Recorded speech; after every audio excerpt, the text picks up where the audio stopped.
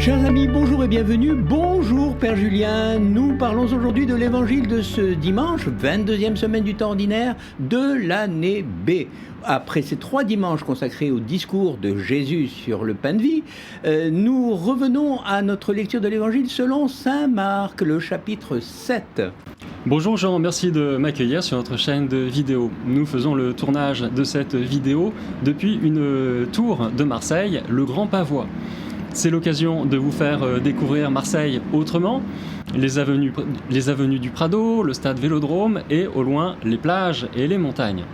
Nous lisons donc des versets du chapitre 7 de l'évangile selon saint Marc. En ces temps-là, les pharisiens et quelques scribes venus de Jérusalem se réunissent auprès de Jésus et voient quelques-uns de ses disciples prendre leur repas avec des mains impures, c'est-à-dire non lavées. Les pharisiens, en effet, comme tous les juifs, se lavent toujours soigneusement les mains avant de manger, par attachement à la tradition des anciens et au retour du marché. Ils ne mangent pas avant de s'être aspergés d'eau, et ils sont attachés encore, par tradition, à beaucoup d'autres pratiques, lavage de coupes, de carafes et de plats.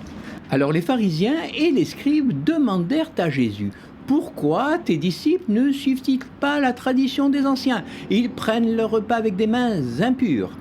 Jésus leur répondit: Isaïe a bien prophétisé à votre sujet, hypocrite. Ainsi qu'il est écrit, ce peuple m'honore des lèvres, mais son cœur est loin de moi. C'est en vain qu'ils me rendent un culte. Les doctrines qu'ils enseignent ne sont que des préceptes humains. Vous aussi, vous laissez de côté le commandement de Dieu pour vous attacher à la tradition des hommes. Comme ça fait un bon mois que nous avons laissé de côté l'évangile de Marc, pouvez-vous resituer ce passage à l'intérieur de l'évangile, Père Julien? Nous sommes juste après le miracle de la multiplication des pains. Ce miracle, au chapitre 6, correspond à un sommet dans la popularité de Jésus. Après la multiplication des pains et le discours sur le pain de vie, beaucoup de disciples ont voulu quitter Jésus. Ils ont été scandalisés par ses paroles. Mais après tout, ce n'est pas si grave, parce que Jésus n'enseigne plus en parabole à l'attention des foules, il se recentre sur l'accompagnement de ses apôtres pour leur annoncer les événements qui vont suivre, son arrestation, sa passion et sa résurrection. Il fait aussi moins de miracles. Au chapitre 8, il va déclarer « Il ne sera plus donné de signe à cette génération ». On voit également que Jésus va devoir répondre à ses adversaires sur différentes questions. Oui, la tension monte entre Jésus et les autorités religieuses de Jérusalem. Ici, on lui pose une question sur les ablutions rituelles. C'est une question qui part d'un simple constat. Pourquoi tes disciples ne suivent-ils pas la tradition des anciens? Ils prennent leur repas avec des mains impures. Les apôtres devaient se laver les mains avant de passer à table, c'est évident, c'est une question d'hygiène élémentaire. Mais les apôtres n'en faisaient pas un acte rituel pour autant. Alors vous noterez que si aujourd'hui, en 2021, on a mis en place un certain rituel pour se laver les mains dans tous les espaces publics, ces gestes n'ont absolument rien de religieux. Il me semble qu'au temps de Jésus, comme aujourd'hui encore, dans certaines cultures, le lavage des mains répond à un rituel extrêmement codifié. Et d'ailleurs, de nombreux chapitres dans la Mishnah, c'est-à-dire la tradition des anciens, sont consacrés à cette question. Et Marc rappelle que les pharisiens étaient attachés par tradition à beaucoup d'autres pratiques. Il en donne quelques exemples au chapitre 7, les versets 3 et 4. Selon le Lévitique, ces prescriptions ne devaient concerner que les prêtres, mais avec le temps, elles se sont étendues à tous les juifs pieux. Oui, il faut peut-être voir dans cette créativité d'Israël en matière de loi et autres prescriptions rituelles, une façon de faire qui est purement orientale. Des coutumes qui concerneraient les croyants du Moyen-Orient, juifs, musulmans ou autres? Ou même chrétiens. Encore aujourd'hui, les orientaux veulent montrer qu'ils sont croyants. Ils sont fiers de témoigner de leur foi, fiers de montrer qu'ils appartiennent à une communauté, et c'est tout à leur avantage, il faut le rappeler. Nous autres, occidentaux moyens, marqués par un individualisme forcené et une sécularisation à outrance, nous avons appris à faire profil bas. Laïcité oblige. Mais ce n'est pas le cas des orientaux. Quelle que soit leur religion, ils veulent exprimer leur foi au grand jour, publiquement. Signes extérieurs, prières de rue, acclamations véhémentes parfois, tout est bon pour manifester son appartenance religieuse, avec cette contrepartie que ces démonstrations de piété peuvent devenir des rites un petit peu mécaniques, et c'est l'envers de la médaille. Vous voulez dire que les croyants orientaux auraient tendance à verser dans ce défaut l'hypocrisie? C'est ce que dit Jésus. Alors ce n'est pas une critique, c'est une conséquence logique.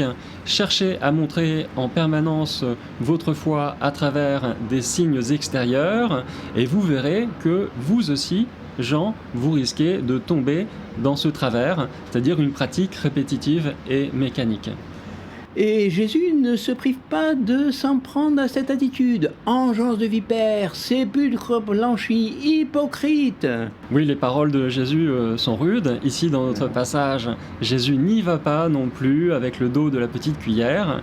Il cite d'abord Isaïe, le prophète Isaïe, au chapitre 29, verset 13. « C'est en vain qu'ils me rendent un culte.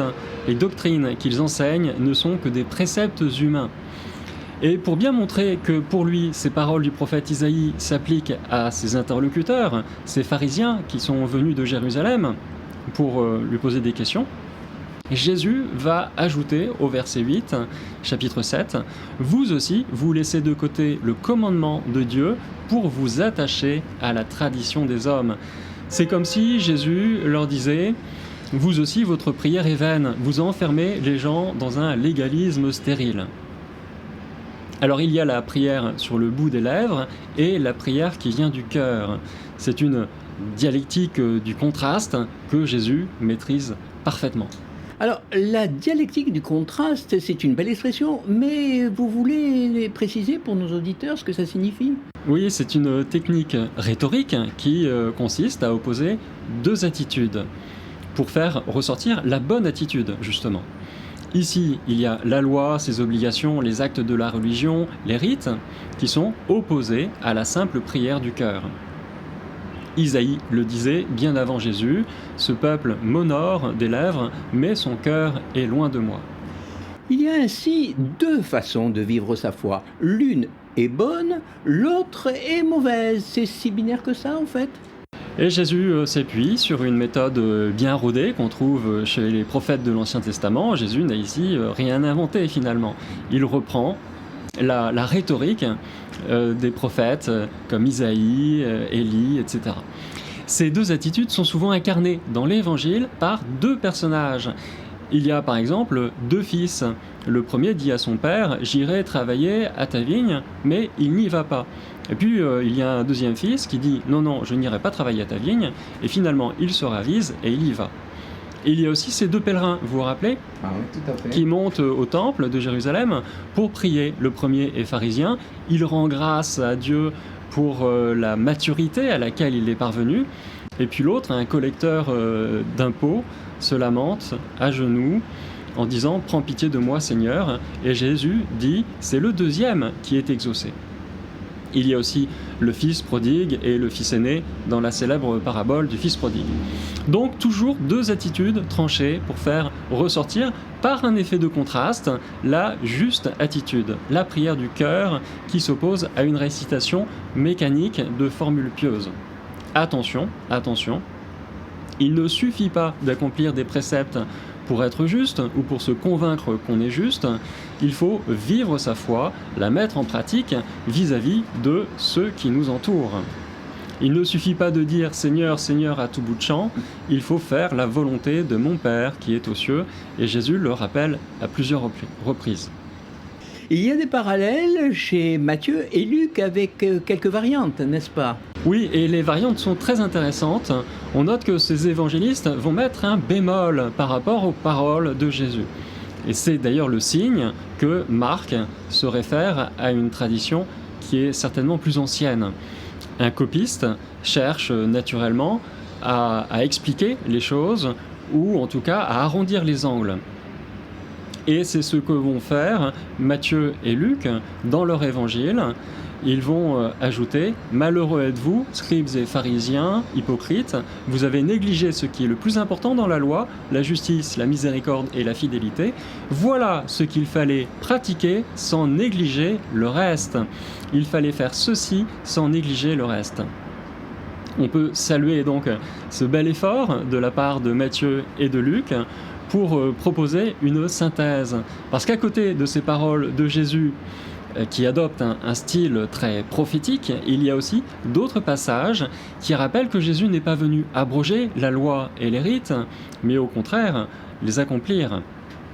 Et vous pensez à quel passage en particulier? Dites-moi. Alors je vais juste citer un passage du chapitre 5 de l'Évangile selon saint Matthieu. « Celui qui rejettera un seul de ces plus petits commandements, dit Jésus, et qui enseignera aux hommes à faire ainsi, sera déclaré le plus petit dans le royaume des cieux.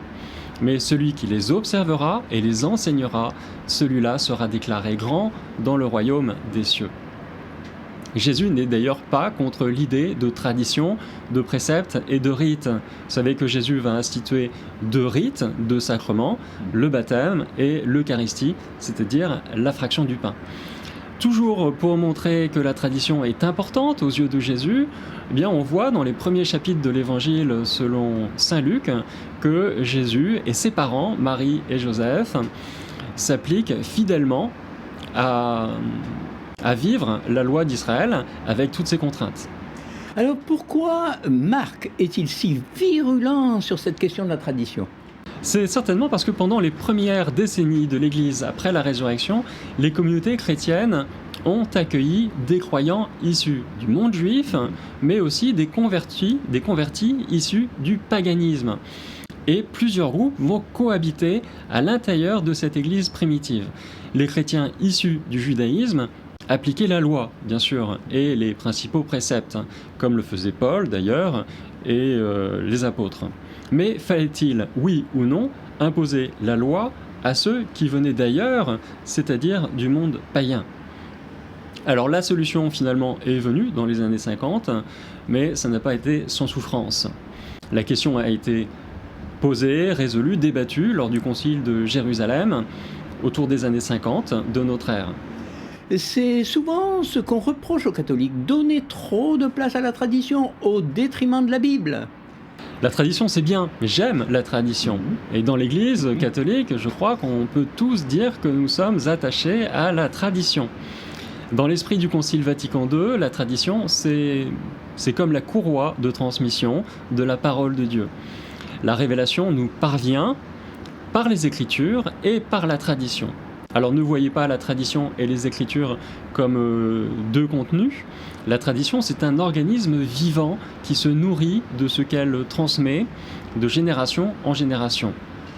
Oui, tout à fait. Et c'est important de rappeler qu'il n'y a pas de concurrence entre tradition et écriture, bien au contraire. Et si vous voulez en savoir plus sur ces questions, je vous invite à relire les premiers numéros de la Constitution Dei Verbum du Concile Vatican II. Eh bien, merci d'avoir répondu à mes questions. Comme vous serez en plein déménagement la semaine prochaine, Père Julien, je vous souhaite une très bonne installation à La Rochelle et vous dis à très bientôt sur notre chaîne de vidéos. Merci Jean, à bientôt.